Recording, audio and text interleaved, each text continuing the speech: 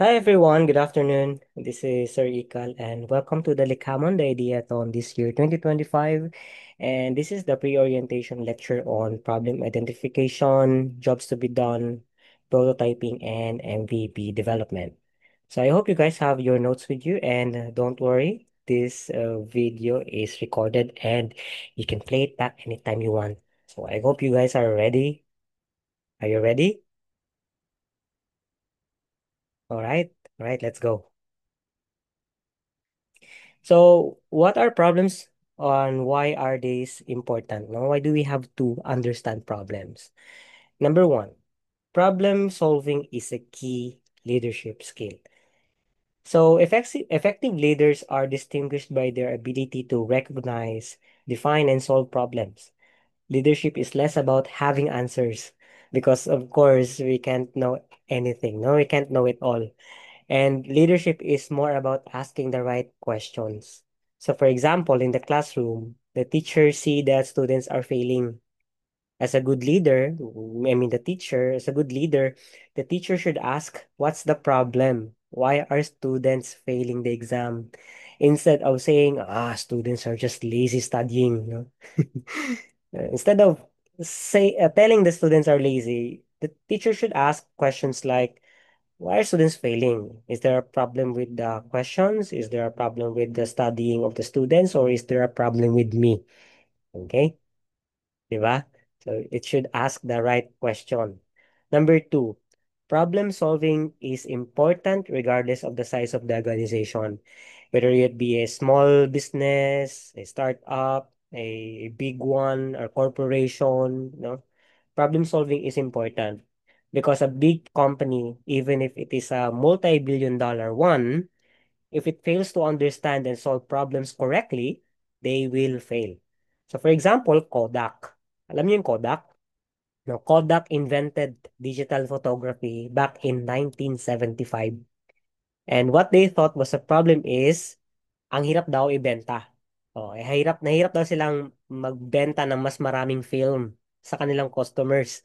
Yun ang problema nila. Okay, in context, no, back then, ang mga cameras kasi gumagamit ng film. So basically, kapag nagkuha ka na ng picture, yung film na yun, nauubos. So dun sila kumikita. So mas maraming film na nabebenta, mas maraming pera, syempre. Okay? Yun yung problem ng Kodak. Gusto niya na yung mga tao mag-stick na lang sa film, bumili sila na mas maraming film. So instead of the real problem which is paano sila makakapag-keep up sa pagbabago ng technology? And what happened to Kodak? Basically, natalo sila. Natalo sila ng Sony na bigla silang, yung Sony kasi bigla silang naglabas ng SD cards. You see? Hindi na sila gumagamit ng film kasi yung film nga, tapos mo gamitin, tatapon mo na, tapos mo ma-print, ganun. Pero ito, pwede mong i-delete, pwede mong i-save, pwede mong i-delete, i-save. So, yun yung reason kung bakit natalo yung Kodak. You see? They are focused on different kind of problem. So number three, po- problems are the foundation of innovation. Okay? Problems are the foundation of innovation because innovation begins not with ideas, but with unmet needs. Okay? I remember the quotation that says, necessity is the mother of invention. You see? So invention starts from a need, hindi yung idea. Okay? Idea, hindi ganun. It always starts with unmet need or a problem. So when a meaningful problem is uncovered, solutions just follow naturally. So for example, no? Example, riding a taxi is such a hassle kasi yeah, hirap nga naman sumakay ng taxi noon. Tapos ang mahal-mahal pa ng singil. And then may mga drivers tayong nakakatakot. Yung iba naman nangaharas ng mga babaeng mga passenger. And then here goes Grab. Na sabi nila, these are problems that we need to address. So Grab solved a real problem and innovation just simply followed. So ngayon meron tayong delivery, 'di ba? Ang dami-dami nang nangyayari. So, number four, people often get problems wrong. So there are many companies that launch new products in the market believing that it solves a problem. Okay, for example, Coca-Cola or Coke. Alam natin, di ba, ang Coke ay hindi naman talaga healthy ang Coke kasi matamis, no? Unhealthy. So, ang Coke, ito, sabi nila, oh, may problem tayo kasi may mga customers tayong ano yung tingin sa atin kasi unhealthy tayo. What if mag-release daw tayo ng healthy version ng Coke? Okay? So, actually, nag-release sila. Ang tawag doon ay Coca-Cola Life. Okay, baka familiar kayo, no? Coca-Cola Life. So basically, it is a healthy version of the Coke, but they later on discontinued. So tinigil din nila. Kasi nga, hindi masyadong nagiging mabenta. Hindi siya mabenta. So when they ask people, people say that we buy Coke because it tastes good. See? O nga naman, kasi when you are trying to tell people that this is Coke but does not taste like Coke, syempre, hindi sila bibili nun. Kasi nasanay sila na yung Coke ay masarap. Kasi pa mga healthy versions, hindi naman talaga masarap. So yun ang reason kung bakit nag-fail yung product na yun. Because the problem they think is people does not buy because unhealthy sila. See? Pero iba pala ang problem na dapat na sinusolve nila. So number five, which is last, the gap between perceived and actual problem. So perceived problem is what we think the problem is, and it's oftentimes not similar with the real problem. So how do we know that we are dealing with the real problem? Okay? A problem is only real if it has someone willing to buy the solution. Okay, so doon natin malalaman if that's a real if that's a real problem, if someone will actually pay for your solution. Now, ano ba yung point? What's the point? So, success depends less on having a clever solution. So, it's not really all about clever solution because success depends on accurately identifying the right problem. Okay, for emphasis, it's about finding or accurately identifying the right problem. So the right problem comes first. Then identifying the right problem comes first and then finding a solution for it. Because again, people who only buy it if it solves a real problem. So 95% of new products fail because products are built without getting the real problem. And 42% of startups fail because they only assume, mga asumero, they only assume the problem. They think that this is a problem, but it's not actually the problem. Okay? So, how do we understand the problem? So, we go to the next topic. So, how do we understand it?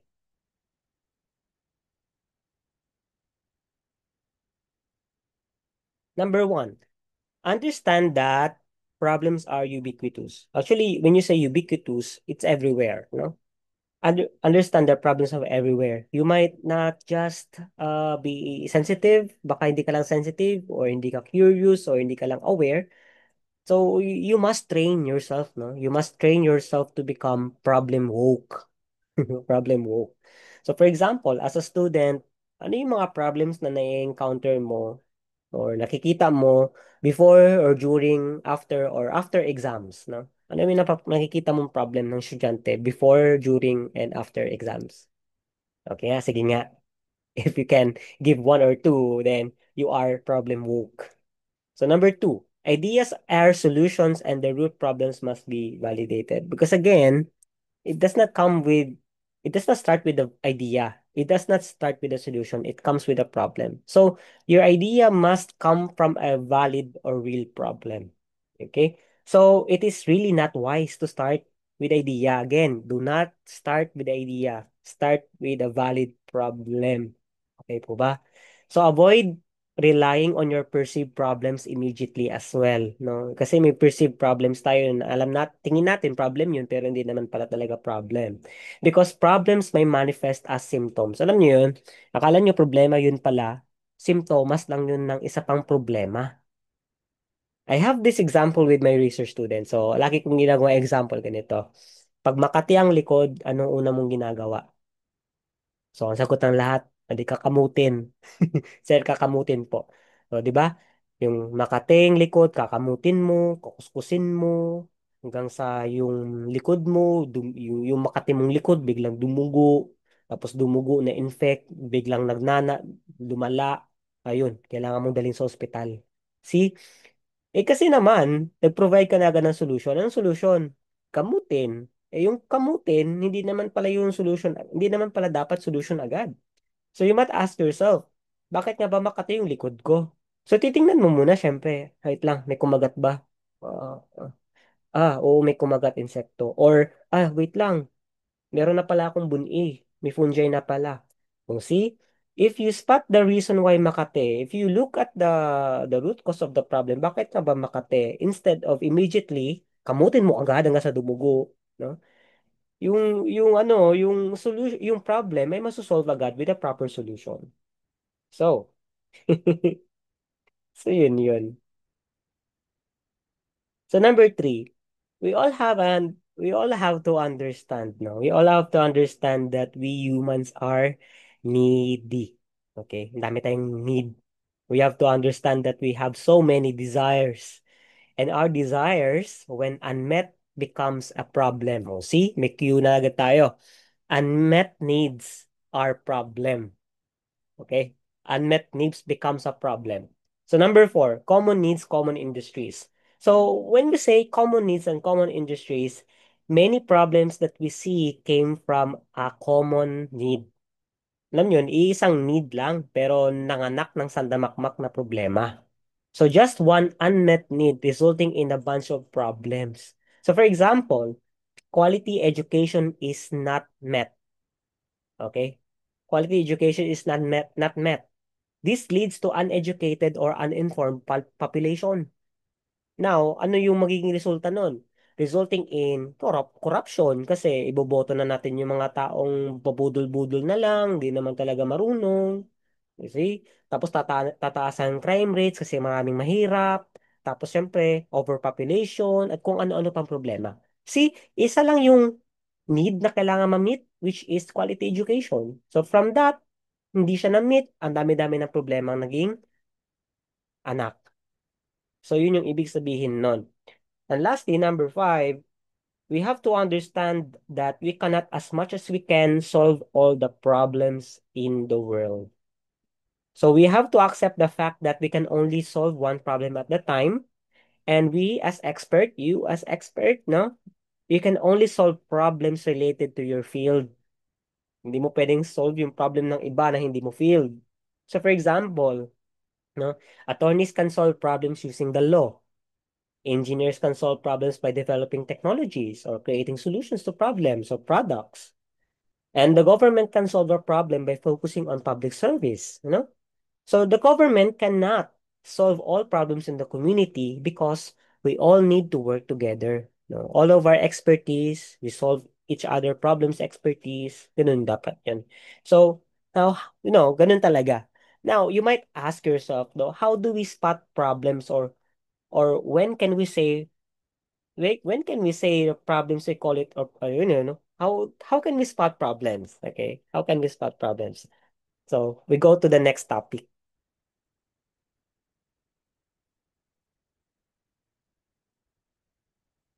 So how do we spot problems? Number one, we look for glitches. Okay. Actually, dito yung kapag sinabi natin problem, when I say problem, it's actually opportunities. So, techniques for spotting opportunities, ha? Hindi literally problem, but opportunities. Number one, we look for glitches. Glitches. So, when I say look for glitches, be sensitive to the things around you na hindi nagme-make sense. Okay? Does not make sense at all. Okay, for example, ako, personal experience ko, bakit nagpiprint pa rin ng receipt ang mga tao pag nagwi-withdraw sa ATM, tapos makikita mo na overflowing na yung printed receipts dun sa mga trash can. 'Di ba? Nag-uumapaw na lang yung printed receipts. Wala namang gumagamit, wala namang nag-iipon. Kung meron naman, konti lang. Pero after na yung mag-print ng resibo yung machine, itatapon lang sa trash can. I mean, for me, bakit pa? 'Di ba? Why can't we have an option na hindi na magpiprint ng paper kung di naman kailangan? Sayang lang yung effort.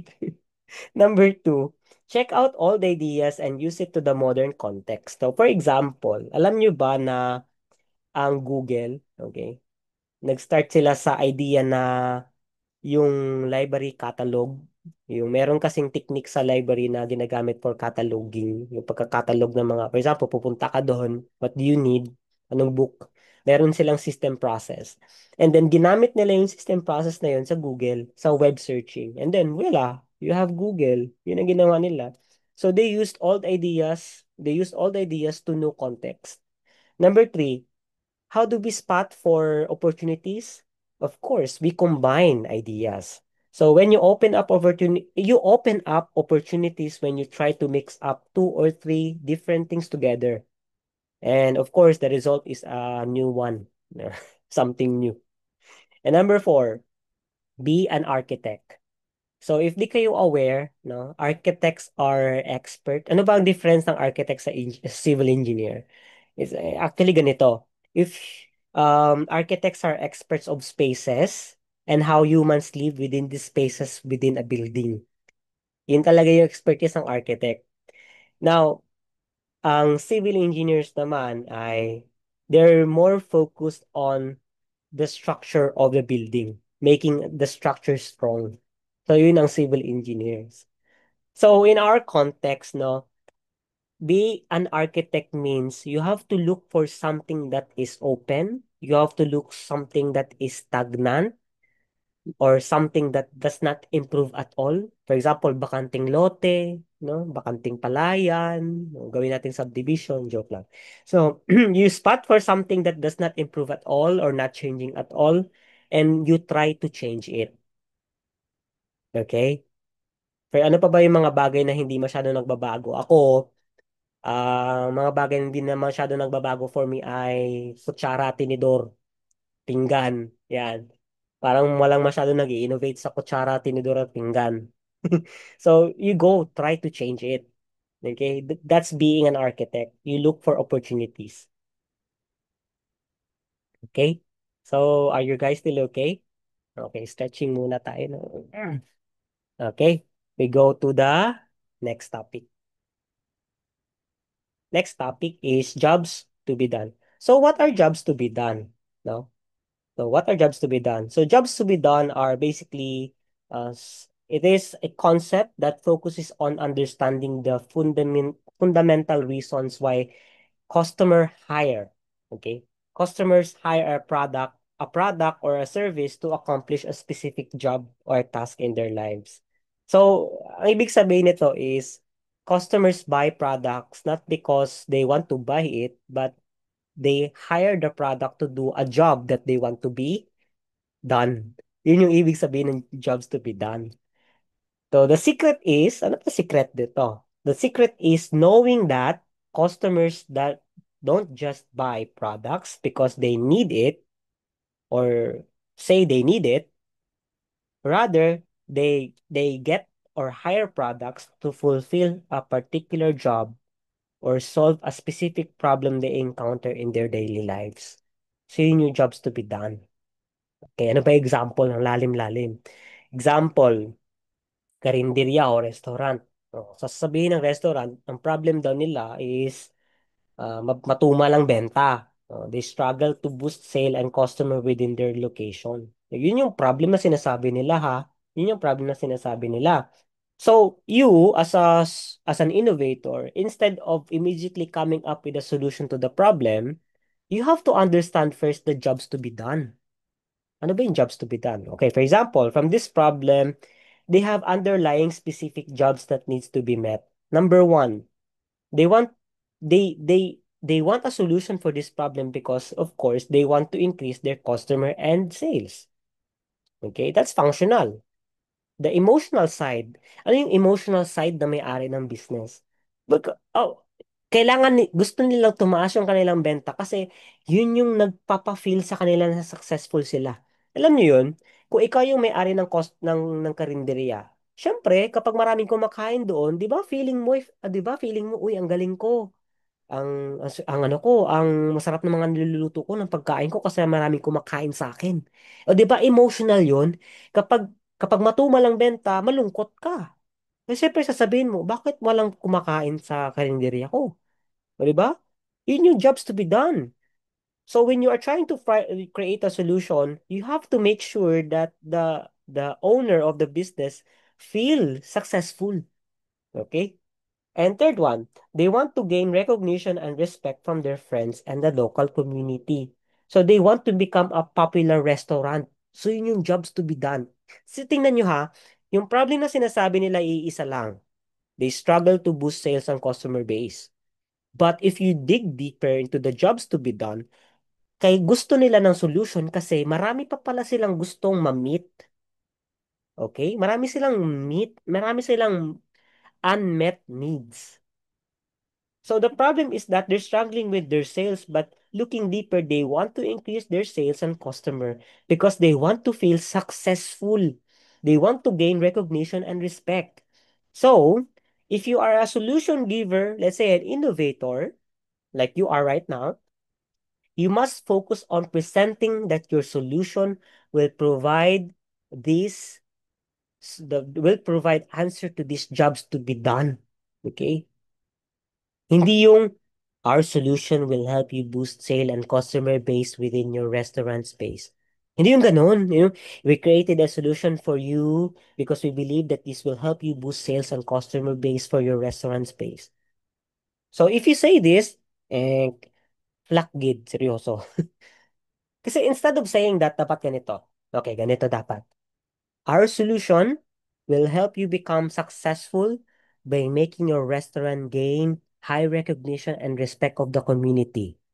And customers will pile in line just to experience it. So see, you're not focusing on boosting sales and customer base, but your solution is focused on the jobs to be done. And the jobs to be done is to help the restaurant owner become successful by making the restaurant gain high recognition and respect from the community.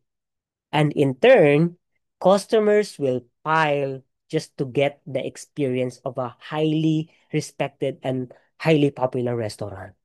So see, nagbago bigla ngayon ang narrative because you understood the jobs to be done. Alright? Oh, I hope no marami na kayong nakuha dito. So, last topic. Last topic, prototyping. So, since ideation pa lang naman kayo, no, prototyping muna talaga. And what are the types of prototypes? I deliberately included this lecture in this one because I believe na kailangan nyo to. I want you to understand that prototypes exist in different levels. And misconception kasi yung pag-prototype daw, ang ine-expect ng tao ay fully furnished na yung product. Yung, alam mo yun, yung pag-prototype daw, maganda na. Which is wrong. Hindi dapat ganun because there are different levels of prototyping which is yun yung ipapakita ko sa inyo ngayon. Alright?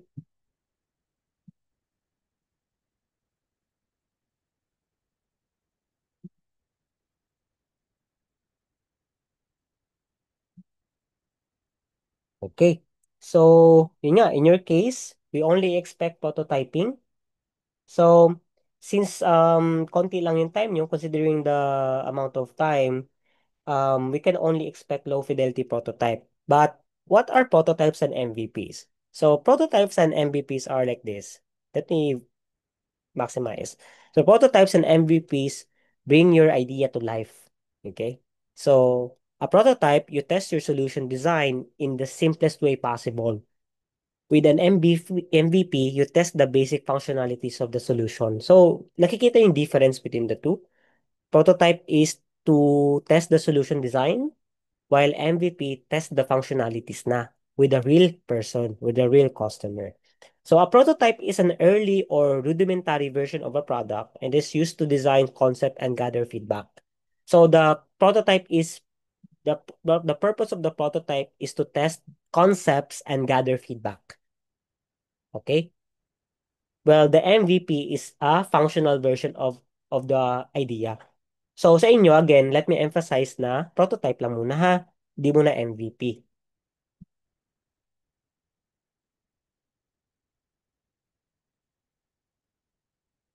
Okay. So, We have fidelity prototypes, we have medium fidelity prototypes, we have high fidelity prototypes, we have service prototype at yung MVP. So, kung napapansin nyo, no, kung napapansin nyo, the fidelity increases by level. Nagiging low, medium, and high. And the secret here is the level of fidelity depends on the detail, the level of detail. Mas detailed yung inyong idea or concept, the higher the fidelity. Okay? So sa case nyo nga, it's only gonna be low fidelity prototype. Yun lang naman talaga, low fidelity prototype. So what are these low fidelity prototypes ba? Yun na ano ba talaga? So i-discuss na natin ngayon. Wait lang, pag-load.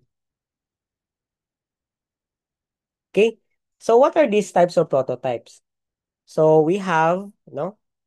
We have sketches. Number one example is sketches. So ito yung drawing. Parang nagsusulat ka lang muna. So this create a physical prototype in a paper. So it's very easy kasi buburain nyo lang. Okay, delete, mali, delete. So dito kayo nagpa-brainstorming. So naalala niyo yung sinasabi lagi na go back to the drawing board. Actually, sketches yon. You go back to the prototype. So it's very useful kasi dito nyo natitest yung inyong idea. Mas madali. Okay? So you use pen and paper, you use drawing board or smart draw. Another type of low fidelity prototype is paper. Okay, for example, yung alam niyo yun, yung gagawa ka ng paper doll, parang ganun. For example, ang idea mo is a kakaiba or artistic na damit. So, gagawa ka ng paper dolls. Parang ganun. Yung drawing mo sa paper, si sketch mo, then kukulayan mo. Ganun yun. So, for example, ang inyong concept ay building. So, parang sa architecture, di ba napapansin nyo, gumagawa sila ng mga paper building structures. So, isa yung klase ng low fidelity prototype. Another type is Lego. Okay. So, ito yung parang same sa nakikita sa Roblox, tapos sa Minecraft, do parang mga Lego itsura. Madalas ko 'to nakikita sa mga STEM projects, yung gumagawa ng mga robotic na cars, robotic na tao, gumagamit sila ng Lego. And another one that you can use is 3D printing kasi mas madali nga naman gawin. For example, meron kayong specific na arm na gustong gawin, mas madali siya kapag 3D printing. Okay? So these are examples of low fidelity prototypes. Hindi, okay. Another type of low fidelity prototype is storyboard. So, ano ba yung storyboard, sir? So, for example, ang inyong solution is a service prototype. Pag sinabi mo service prototype, ito yung app na meron siyang gagawing particular na function. So, dito nyo gagawin sa storyboard. So, paano magsa-start? So, from the start is yung customer is mag-i-input muna ng credentials niya. And then, after that, anong sunod? And then, ano yung ending? So, yun yung storyboard. So, it shows the user journey. Alam mo yun, dun nyo makikita kung ano yung sequence or timeline. Pwede nyo palang gawin to na prototype. Another one is digital. Ito yung medyo familiar na sa atin, yung Figma. Alam nyo yun, yung pwede nyo siyang gawing parang interactive. Ang pinaka-favorite ko kasi dito yung PowerPoint eh. Pwede kayong gumawa ng parang animation sa PowerPoint nyo. So, yun yung digital backup. Yun yung parang, ano yun, kung paano nyo siya nakikita.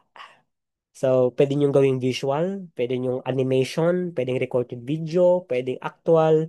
So, ganun yung digital mock-up, digital prototype. So actually, it's a low fidelity prototype. So ang purpose lang talaga nito is to provide visual representation of what you're trying to do, your idea. Actually, maganda na tong digital prototype.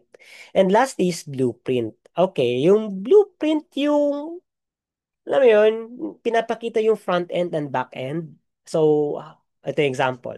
Yan, oh. Yan. So, for example, parang kapag may concert, 'di ba? Merong mga artist na nasa harap, may yung kumakanta, may banda, and then syempre may nagko-control ng lights, may mga smoke, ganun. So, paano ba nangyayari yung buong sequence? For example, sa isang kanta, ano yung unang-una, anong colors, 'di ba? Ano yung pop-up na color? Meron bang magic effect? So, yun yung service or yun yung blueprint prototype. Okay? Di ko nakapakita kanina. Ito yung digital, no? Yan. So, parang wireframe, may actual mock-up, yan. Yan ay digital. Storyboard naman, ganyan. O, para siyang ganyang kwento. Ano yung unang gagawin? Upo muna, and then magchat-chat, and then bibigay yung kanyang details, and then yun, hahanapin na sa social media, and then magchat-chat na sila, and then yun, magkaka-develop pa hanggang sa, yun, magiging sila na, and then happy ending. Ganun. Okay, ganun. So, we go back a bit. Okay. Tapos, sketches. Yan, may mga doodle-doodle. Yan. Madalas ako mag ganito. So, hindi ko alam. Actually, before learning this, hindi ako aware na prototyping pala ang sketches. So, actually, yung ginagawa ko, yung sketches ng concept maps ko, tapos pinapakita ko na sa tao, hindi ko alam na prototype pala yun. Di ba? Ngayon, pwede pala yun. Ganun pala yun. Di ba? And, okay. And that's prototyping. Now, before I end, no, I would like to show you all the observed problems that DOST Romblon gave us. Actually, we asked them for problems na nanggagaling sa industry. And they provided us with some. So, ito yun. Okay. Kita niyo siguro, no? Ito yung mga observed problems na binigay ng DOST sa amin. Number one, increasing trend in vehicular accidents in Ujongan. Okay, so ano ba yung more detailed problem? You have to understand first. Kasi, baka naman kasi perceived problem ito, no? So, iiwan ko sa inyo ang trabaho, tumili kayo dito sa 11, and then try to come up with a more detailed problem. You have to validate as much as you can, or you get information or data to understand ano ba talaga yung problem, and ano ba yung mga jobs to be done. Okay. Yung customer personas naman hindi ko na ito na-discuss. Pero ito na lang, madalian lang.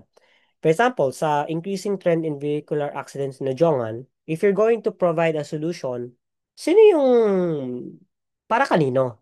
Yun yung customer persona mo. Para kanino? If you're going to focus here, maraming persona na pwede. Pwedeng government,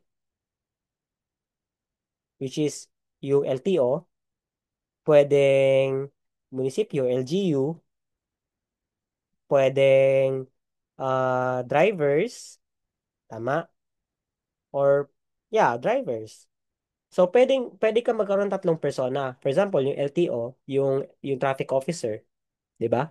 Anong solution, kung ikaw yung LTO officer, anong solution ang kailangan mo para ma-solve ang problem na ito? Kung ikaw naman ay LGU personnel, for example, yung sa traffic, yung nasa traffic MTO yata yon. Kung ikaw yung traffic person, ikaw yung LGU, ano yung solution, ano yung jobs to be done mo para ma-solve yung problem na to. Kung ikaw naman ay driver, ikaw yung nagdadrive ng motor or sasakyan, ano yung jobs to be done mo para ma-solve yung problem na to? Ano yung problem? Okay? Ganun yun. Yun sa customer personas. We have number two, sanitation and strong rancid smell in Ojongan Public Market, which is mabaho naman talaga. Number three, garbage collection system. Anong problem dito? Siguro, may problema sa garbage collection. Baka matagal. I don't know. Matagal ba? Or, I don't know, hindi effective, inefficient, kulang, ano ba? Hindi ko alam. Ito lang yung problem na binigay. Four, filthy, smelly, and clogged drainage around Ojongan. No? Puro Ojongan, no? I'm sure meron din sa Romblon-Romblon. Traffic sa mga school zone. Ano to? Traffic, I mean, anong klaseng traffic? Malala ba? I mean, kung ikaw to, jobs to be done, ano ba? Depende yun sa persona, ha? Problema ba to ng estudyante? Problema ba to ng teacher? For example, sa persona, student ba? Or employee, teacher? Or business? O, business around the area. Ano ba? Depende sa persona. Kasi sa persona na yun, dun magkakaroon ka ng iba't ibang detailed problem or jobs to be done. Kasi bawat isa sa kanilang persona, may kanya-kanya silang jobs to be done. For example, kung student, nalilate ako dahil sa traffic na yan. O bakit ka ba nalilate? Ano ba yung jobs to be done? Well, ayoko kasing malate kasi may penalty. O, see? So kung masolve mo yung problem, hindi na siya magbabayad ng penalty. Hindi na siya malilate. Hindi siya mapapagalitan. Hindi siya mapapahiya. Ang daming jobs to be done, di ba? So, next is increasing water pollution. Siguro, ang dami daw basura sa dagat. Meron pang disposal of solar panels. Tapos meron siyang dito na use of AI and analyzing library usage. Actually, ang daming pupasok sa isip ko na problema dito. Pero kayo nang bahala, no? Mag-identify. And yeah, development of manual formal training book for marble sculpting carving. I don't know if that's a problem. Maybe. Ang problem siguro, ang jobs to be done siguro is siguro nga wala silang mapagpasahan ng information or knowledge kung paano ba mag-sculpture ng isang marble. Kasi tumatanda na yung mga nag-sculptor ng marble. Yung mga bagong generation ng mga bata, hindi sila marunong. So siguro yun ang ibig niya sabihin dito. Yun siguro yung problem. So again, yun lang naman yung mga problem na binigay ng DOST. So yeah, we're finally done with we're finally done with the pre-orientation. So I hope that you guys gain something. And we have really high hopes for you all. And we hope that you all consider solving yung mga problem na binigay ng DOST. No? But again, I highly recommend that you take by heart kung ano yung lecture na binigay ko sa inyo. That it, Huwag kayong mag-focus sa brilliant idea. You must focus on the right problem. Okay? You must focus on the right problem because products fail, solutions fail 95% of the time if it's based on wrong problem and wrong assumption. Okay? Yun lang naman, no? I hope na, yun na nga, I've given all of this information for you, in order for you to become the best leaders and innovators of the country. So, that's all, no? Good luck and see you all on Thursday. Have a safe trip, everyone. See you. Bye.